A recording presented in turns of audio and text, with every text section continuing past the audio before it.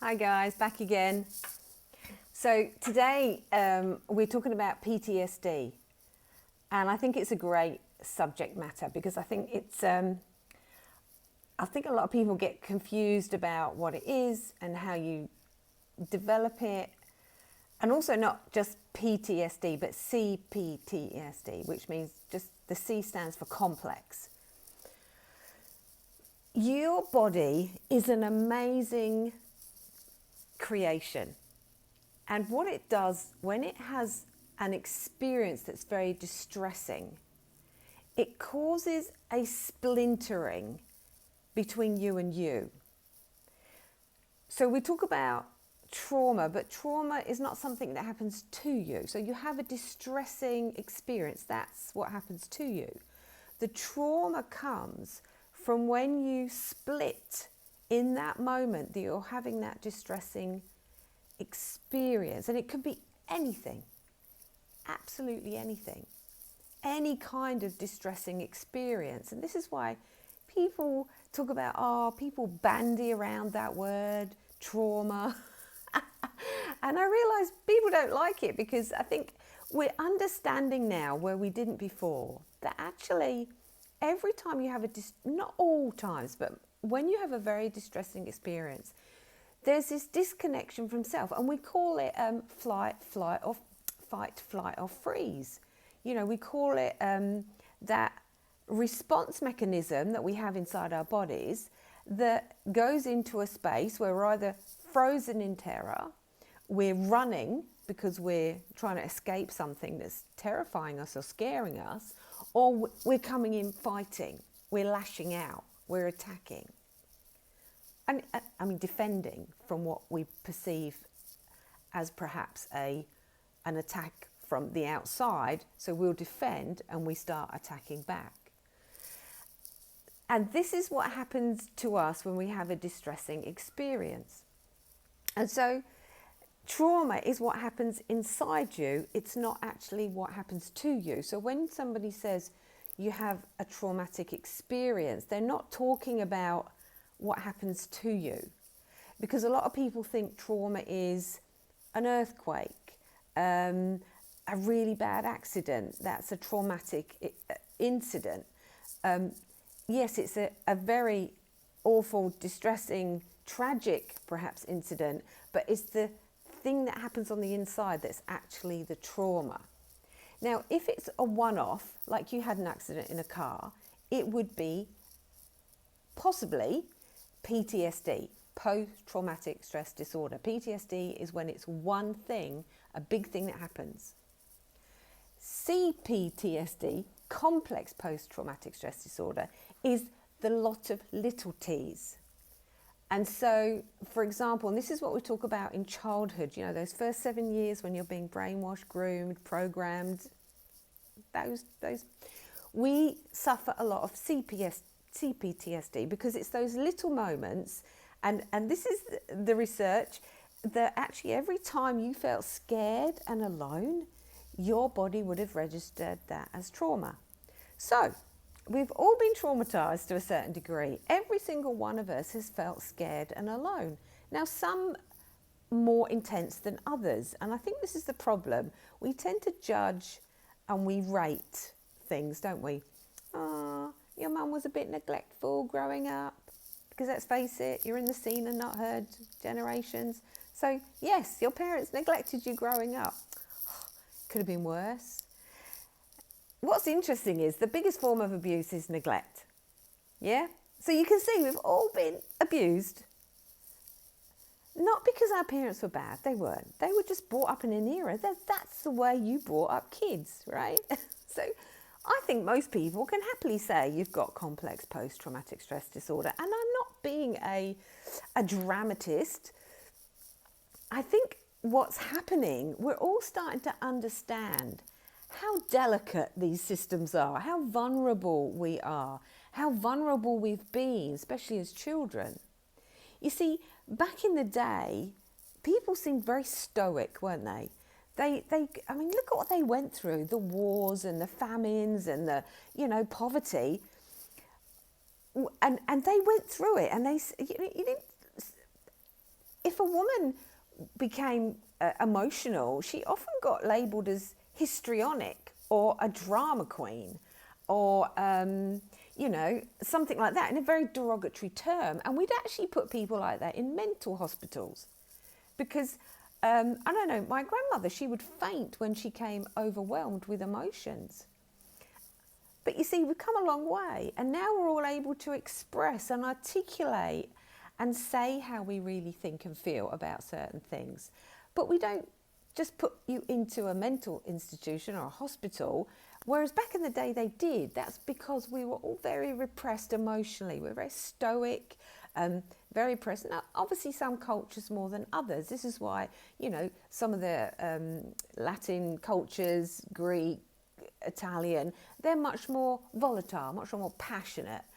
But just because they're all getting passionate, we don't rush them off to a mental institution, do we? No. So culturally, things, especially in the UK, things were, if you were overly emotional, they would call that dramatic, histrionic, and often not more than not, would put you into a mental institution. So you had to be very careful about how you demonstrated emotions, because if you looked like you were coming apart then, or you're having what we might call an emotional breakdown, they would cart you off somewhere. These days, thank God, we've come a long way.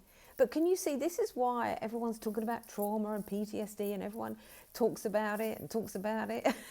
And I think people don't like it. They don't like it. It's like, oh, what's all this? It's all changed. Yeah, absolutely, because we've come a long way and we know more now. And those of us that were brought up in the scene and not heard generations realise we were neglected. And that neglect had a deep impact on our psychic well-being, overall emotional, psychological well-being. And so, yeah, we do struggle. We struggle with insecurity. We struggle with people pleasing. We struggle with perfectionism. We are, so compelled to do that we're all human doings, and we don't even know how to be because it's uncomfortable. And a lot of us haven't learned to manage those emotional states at all. We've been taught repress, deny and avoid. And so PTSD is really interesting to understand, and also cPTSD. And I think a lot of people are getting diagnosed more with these states, also ADHD, ADD, because there is more awareness, there's more understanding, and there's a clarity that's come through time and understanding and being compassionate to people's situations early on. And so it's like death by 1,000 cuts, and that's that. If you're being constantly neglected or, criticised or judged, then what does that do? And, I've talked about this in other videos. So PTSD and cPTSD are, I think, a lot more common, and probably all of us have a little bit of that. And the way you know that is through, I think, triggers. See, a lot of people are getting triggered.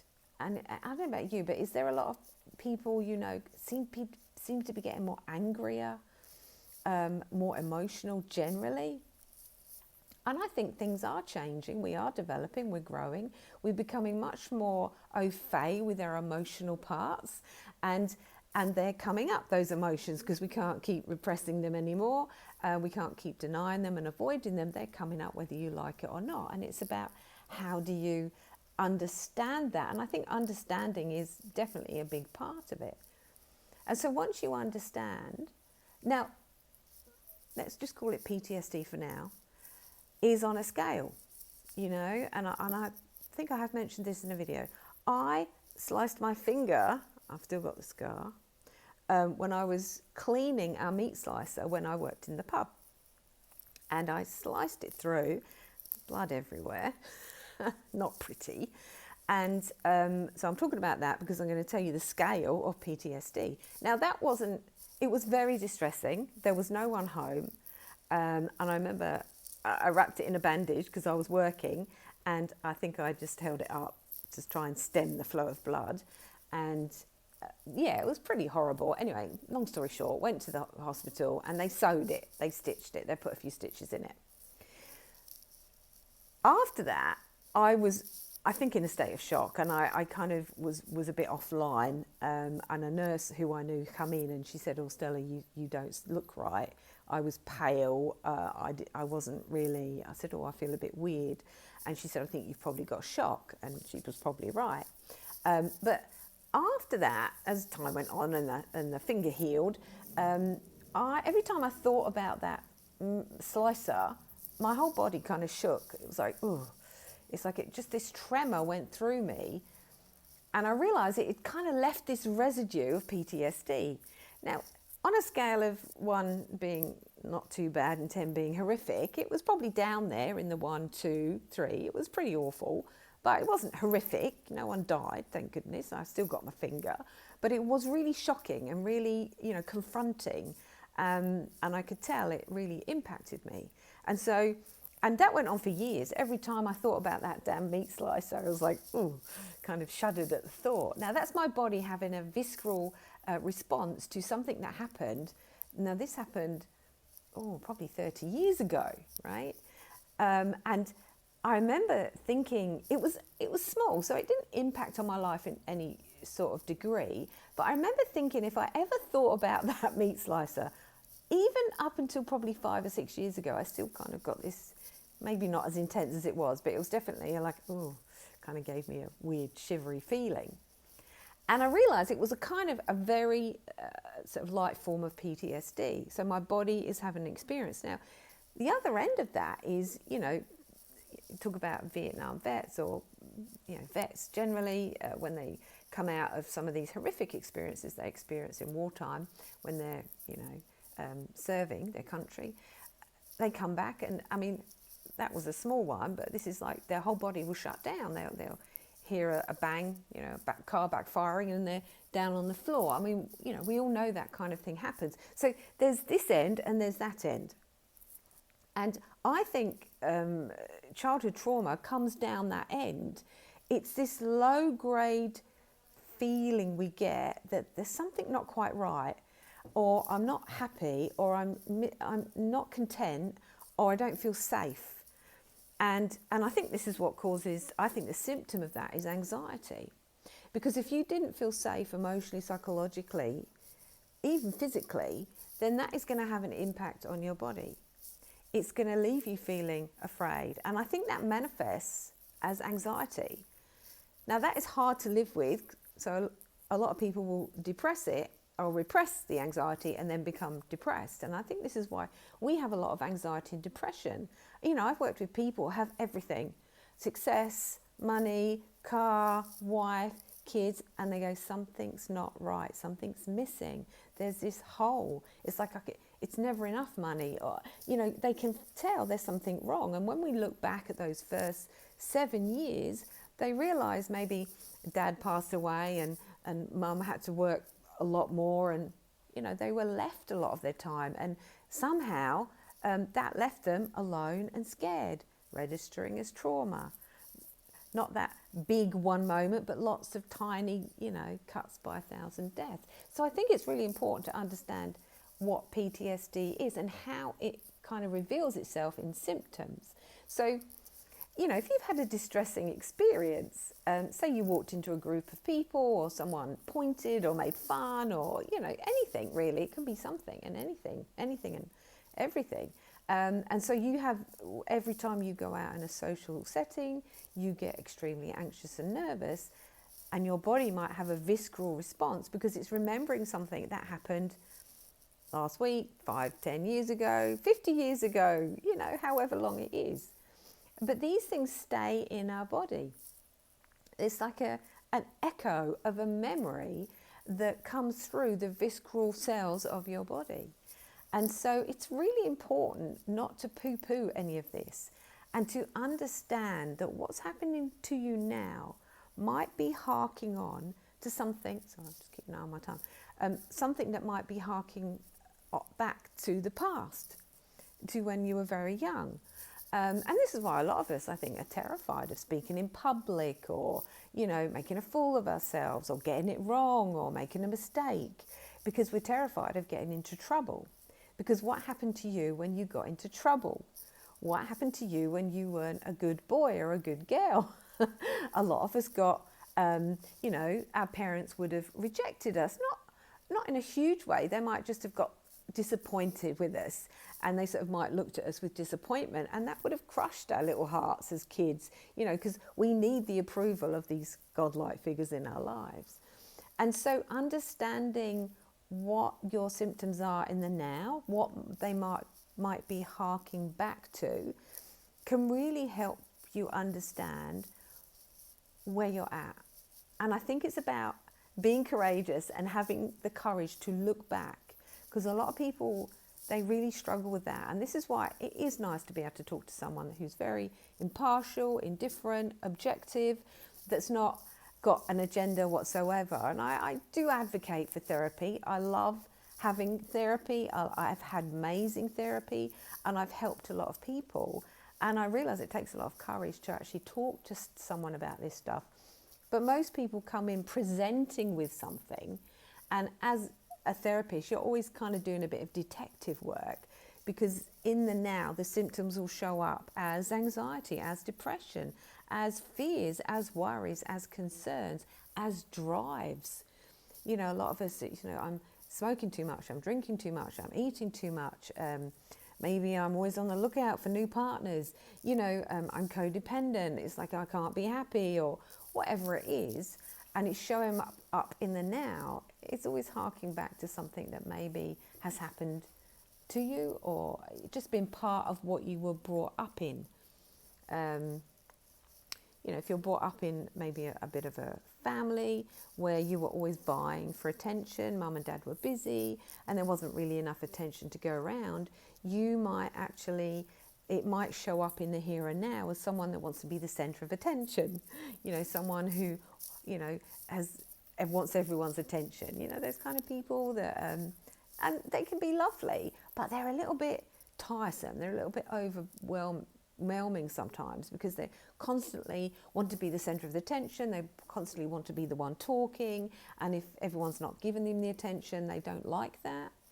And probably we are someone like that, or we know someone like that, and it can be testing to be with them. And so I really wanted to help you understand what PTSD is, and cPTSD is, and not to minimise it, or not, because that's what we do. It's a form of coping when you want to minimise, rationalise, intellectualise symptoms that you're having now that you want to keep repressing, denying, avoiding. And that's why some people are addicted to going down to the gym. And you know, if you're addicted to anything, you could just try to stop doing it for a few days or a week or even a month. See how you go. Hopefully that clarifies what you understand PTSD to be. Because I think a lot of people don't really know and don't really understand. And perhaps this is highlighted for you that maybe you have cPTSD or PTSD. And if so, talk to someone. Go talk to someone. You don't have to live like this. You can heal and recover, and it is possible. You know, I'm a living example of that. And so please find courage to reach out. Don't live, you know, you only get one life. And we want to live it on our terms and do what we want to do, and not live in fear, and let these things that have happened to us perhaps from the past stop us from living our best life, stop us from doing what we want to do and being present and having a great relationship, or anything that you want, really. Anyway, I'll leave it there for now. I hope that's helpful. Anyway, till next time.